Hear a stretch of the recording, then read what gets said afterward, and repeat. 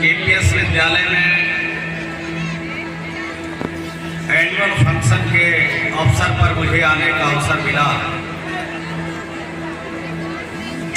इसके लिए श्री गणेश जी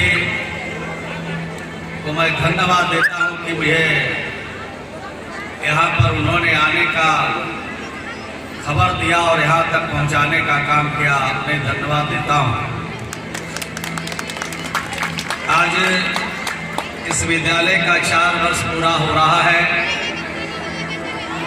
और हमारे शिक्षक से लेके छात्र और छात्रा और उनके बच्चे के अभिभावक सब लोग आज इस उत्सवी माहौल में यहाँ पर उपस्थित हैं और बच्चों के द्वारा कला और संस्कृति के क्षेत्र में जो काम किया है बच्चों ने उसका प्रदर्शन किया है और 3 प्रदर्शन हम लोग के सामने यहाँ पर बच्चों ने किया है। आगे भी मुझे जाना है लेकिन और भी बच्चों के यहाँ पर कार्यक्रम होंगे। बच्चों सिर्फ कला और संस्कृति के क्षेत्र में आगे नहीं बढ़ रहे हैं बल्कि ज्ञान के क्षेत्र में भी हमारे बच्चे आगे बढ़ रहे हैं। बिहार के बच्चों में प्रतिभा की कमी नहीं है, सिर्फ अच्छा गाइड करने वाला होना चाहिए, अच्छा उसको सजेशन देने वाला होना चाहिए और समय पर हमारे बच्चों को रास्ता दिखाने वाला होना चाहिए। हमारे बच्चों में वो तासीर है, हमारे बच्चों में वो प्रतिभा है कि हमारे बच्चों का मुकाबला, बिहार के बच्चों का मुकाबला देश का, भारत का कोई राज्य का बच्चा नहीं कर सकता है। कि फख्र के साथ हम लोग करते हैं। हम लोगों ने देखा है, अपने बच्चों की प्रतिभा को देखा है, हमने देखा है ज्ञान के क्षेत्र में हमारे बच्चों को आगे बढ़ते देखा है।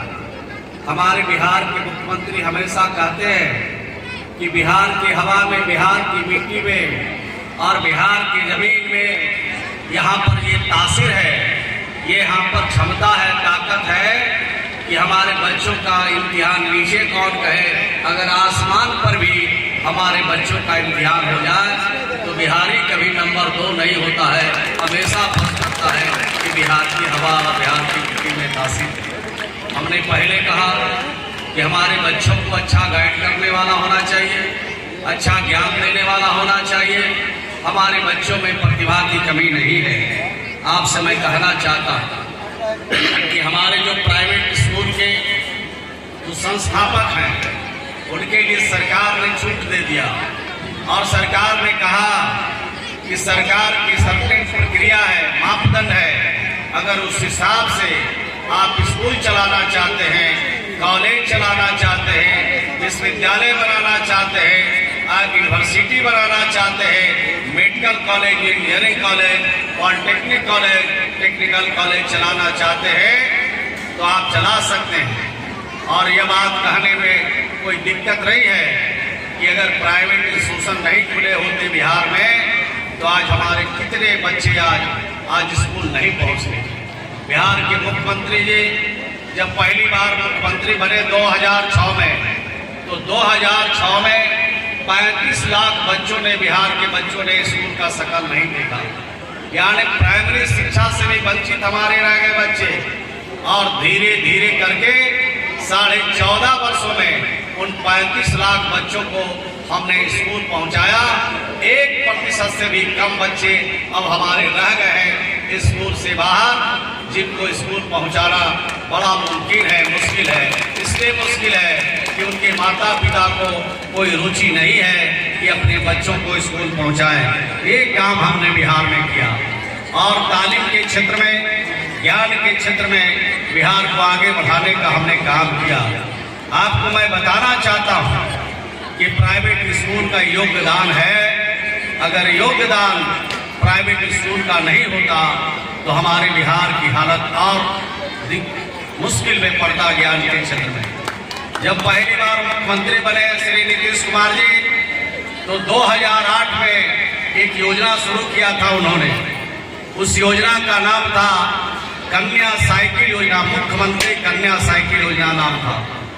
और जब इस योजना की शुरुआत किया बिहार के मुख्यमंत्री ने तो लोग कहते थे कि लड़कियां कैसे साइकिल पर चलेगी, और लड़कियों को जब साइकिल का पैसा दिया गया तो ये हमारी लड़कियां, हमारी बेटियां घर से स्कूल जाने लगी और स्कूल से घर जाने लगे। उस समय तक बड़े घर की बेटियां भी साइकिल से नहीं चलती थी, और गरीब से गरीब, बड़े से बड़े घरों की बेटियों को हम लोगों ने साइकिल के लिए पैसा दिया। उस समय 9वीं क्लास में सरकारी स्कूलों में 1,70,000 लड़कियां पढ़ती, और अभी जो साइकिल योजना का पैसा बटा है, और अभी जो साइकिल योजना का बटा है 1,70,000 से लड़कियों की संख्या बढ़ के कितना पहुंच गया, 9 लाख से भी ज्यादा लड़कियां आज 9वीं क्लास में पहुंच गई। ये तो सरकारी स्कूल के आंकड़े हैं। अगर प्राइवेट को भी अगर जोड़ दें तो बिहार में काफी इसकी संख्या बढ़ गई है बच्चों की। और शुरुआती दौर में लड़कों को नहीं मिलता था तो लड़का सा बोलता था, अंकल हम लोग पर भी थोड़ा ध्यान दीजिए। तो हम लोगों ने कहा, मुख्यमंत्री जी को बताया कि कहता है कि अंकल हम लोग पर भी ध्यान दीजिए। तो मुख्यमंत्री जी ने कहा, हम भी जहाँ कहीं कहीं जाते हैं तो कहता है कि अंकल का ध्यान हम लोगों पर नहीं है। तो 2010 से लड़कों को भी साइकिल योजना का लाभ मिलना शुरू हुआ, और अभी जो साइकिल योजना का लड़कों को पैसा मिला, बिहार में 9.5 लाख लड़के को, 9 लाख लड़की को, और 2008 से लेके अभी तक लड़का और लड़की को साइकिल योजना का पैसा जोड़ दीजिए तो पूरी संख्या बिहार में 18.5 लाख लड़का और लड़की को, बेटा और बेटियों को 18.5 लाख साइकिल योजना का पैसा दिया गया। और 2018 से लेके अभी तक जोड़ दीजिए तो 1,27,00,000 घरों में बच्चों के लिए साइकिल योजना का पैसा चला गया। ये बात आपसे मैं कहना चाहता हूँ। और नीचे के स्कूलों में अभी आज के अखबार में आप सब भी पढ़े होंगे, मैं यहीं पर देखा है 2 करोड़ बच्चों को छात्रवृत्ति के लिए पैसा मिल रहा है, पोशाक के लिए पैसा मिल रहा है, और अन्य कार्यों के लिए भी पैसा मिला है। वो 2 करोड़ बच्चे को उनके खाते में पैसा जा रहा है। आज किसी अखबार में मैंने देखा है, आप लोग भी एक नजर जरूर देख लीजिएगा। तो ज्ञान के क्षेत्र में बिहार को बढ़ाना है, लेकिन यही आंकड़े हमारे बहुत अच्छे नहीं हैं, नीचे तो बहुत अच्छे हैं। हमने बताया कितना 40 लाख बच्चे आज प्राइवेट और सरकारी स्कूलों में 9वीं क्लास में पढ़ते हैं, लेकिन जब इंटर से आगे हमारे बच्चों की पढ़ाई होती है तब हमारे बच्चे कितने इंटर से आगे जाते हैं। जो हमारे पढ़े लिखे लोग हैं, आजकल नेट का जमाना है, आजकल नेट पर सारी चीजें उपलब्ध है। देश का राष्ट्रीय औसत इंटर से आगे 25% है, और बिहार कहाँ खड़ा है, बिहार मात्र 14.4 पर खड़ा है।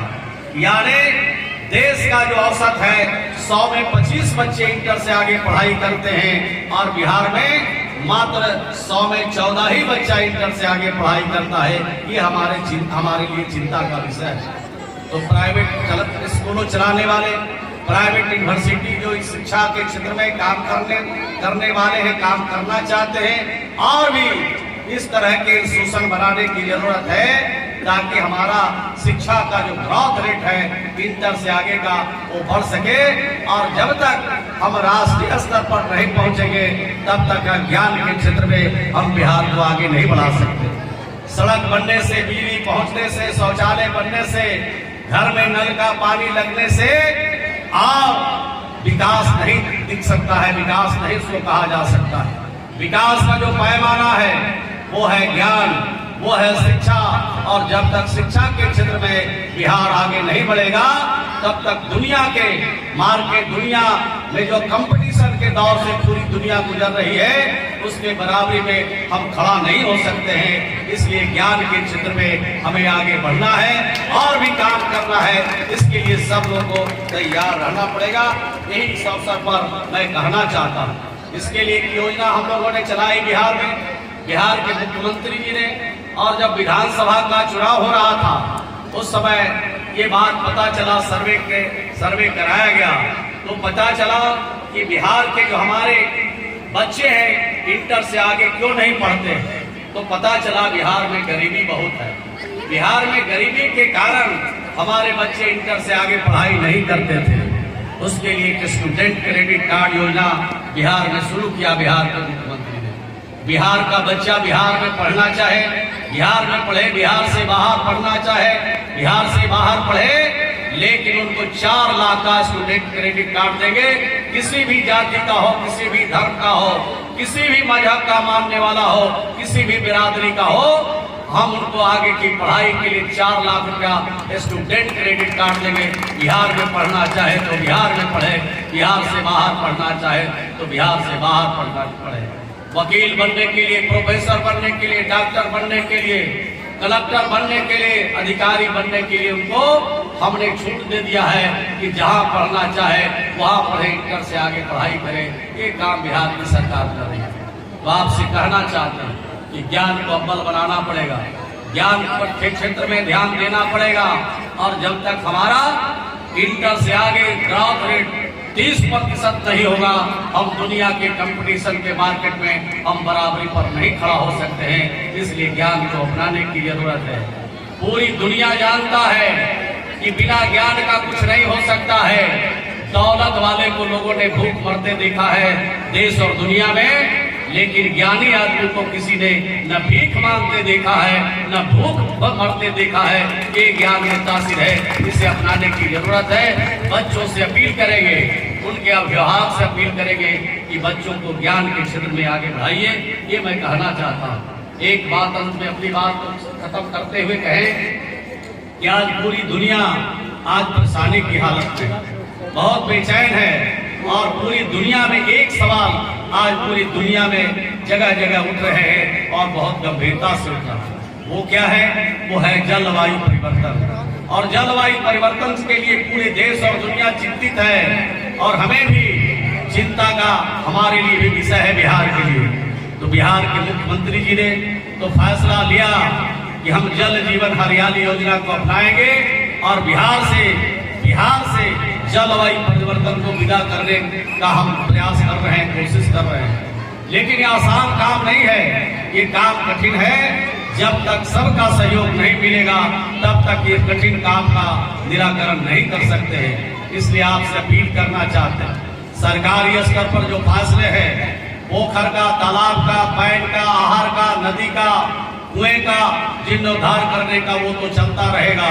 उस पर 24,000 करोड़ रुपया बिहार में हम 3 सालों में खर्च करेंगे। इसके अलावे आपसे मैं कहना चाहता हूँ कि सबसे बड़ा जो जलवायु परिवर्तन को रोकने का जो सबसे बड़ा औजार है, सबसे बड़ा जो दवा है, वो है पौधा, और हमको पौधा लगाना है। और जब तक हम बिहार में 33% हरियाली परत नहीं करेंगे तब तक जलवायु परिवर्तन नहीं रुक सकता है। इसलिए बिहार के मुख्यमंत्री जी ने फैसला लिया है कि 8 करोड़ पौधा, हम 8.5 करोड़ पौधा बिहार में लगाना है। और पृथ्वी दिवस के अवसर पर हमें कितना पौधा लगाना है? 2 करोड़ 51 लाख पौधा एक दिन में बिहार में लगाना है। इसमें सबको शामिल होना है। जिस प्रकार से जलवायु परिवर्तन को रोकने के लिए बिहार में मानव श्रृंखला बना और हमारे बच्चों ने बढ़ चढ़ करके हिस्सा लिया, मैं उनको धन्यवाद देना चाहता हूँ। और हमारी महिलाओं ने भी काफी बढ़ चढ़ करके हिस्सा लिया, उनको भी धन्यवाद देना चाहता हूँ। 18,000 किलोमीटर से ज्यादा लंबी मानव श्रृंखला बनी, 5 करोड़ 21 लाख से भी ज्यादा बिहार की सड़कों पर उतर करके जलवायु परिवर्तन को रोकने के लिए संदेश बिहार से दिया गया पूरे देश और दुनिया में, और उसको कायम रखना है। तो 2 करोड़ 51 लाख पौधा पृथ्वी दिवस के अवसर पर लगाया जाएगा। आप सब उसकी तैयारी में रहिए, एक एक पौधा जरूर लगाइए। अपने बच्चों का ख्याल आपको रखना है, अगर अपने भविष्य का ख्याल रखना है, मनुष्य को स्वस्थ रहना है, निरोग रहना है, और गाड़ी कमाई का पैसा विकास पर खर्चा करना है, तो जलवायु परिवर्तन को रोकने के लिए जो कदम बढ़ाया जा रहा है बिहार की सरकार की तरफ से, उसमें सबका सहयोग, सबका साथ, सबका समर्थन चाहिए, तभी हम आगे बढ़ सकेंगे। अगर हमारे बच्चे को बुखार रहेगा तो अच्छा पढ़ाई नहीं कर सकता है, पढ़ नहीं सकता है। कोई डॉक्टर है, अगर कोई हमारे टीचर हैं उनको अगर बुखार लग जाएगा या पेट में दर्द रहेगा तो कैसे पढ़ाई करेंगे। स्वस्थ आदमी ही स्वस्थ समाज की स्थापना कर सकता है, बेहतर काम कर सकता है, चाहे सरकारी काम करे, चाहे प्राइवेट काम करे, चाहे शिक्षा ग्रहण करे, चाहे नौकरी और व्यापार करे। अगर स्वस्थ रहेगा तो बेहतर परिणाम दे सकता है। इसलिए स्वस्थ रहने के लिए हमें इसको अपनाने की जरूरत है। स्वच्छता को भी अपनाना है, जल जीवन पर हरियाली योजना को भी अपनाना है और बीमारियों को भगाने का काम हमें करना है। तो जलवायु परिवर्तन को रोकना पड़ेगा। यही शुभकामना के साथ अपनी बात को समाप्त करता हूँ। विद्यालय परिवार के सभी शिक्षक और शिक्षिका, छात्र और छात्रा को दिल की गहराइयों से उनको धन्यवाद देता हूँ कि आप आगे बढ़ो। हम और हमारी सरकार सब लोग आपके साथ है। ज्ञान के क्षेत्र में बिहार को अव्वल बनाना है। चाहे जिस भी विधि से हम आगे बढ़े उसका उपयोग करके हमको आगे बढ़ना है। यही शुभकामना के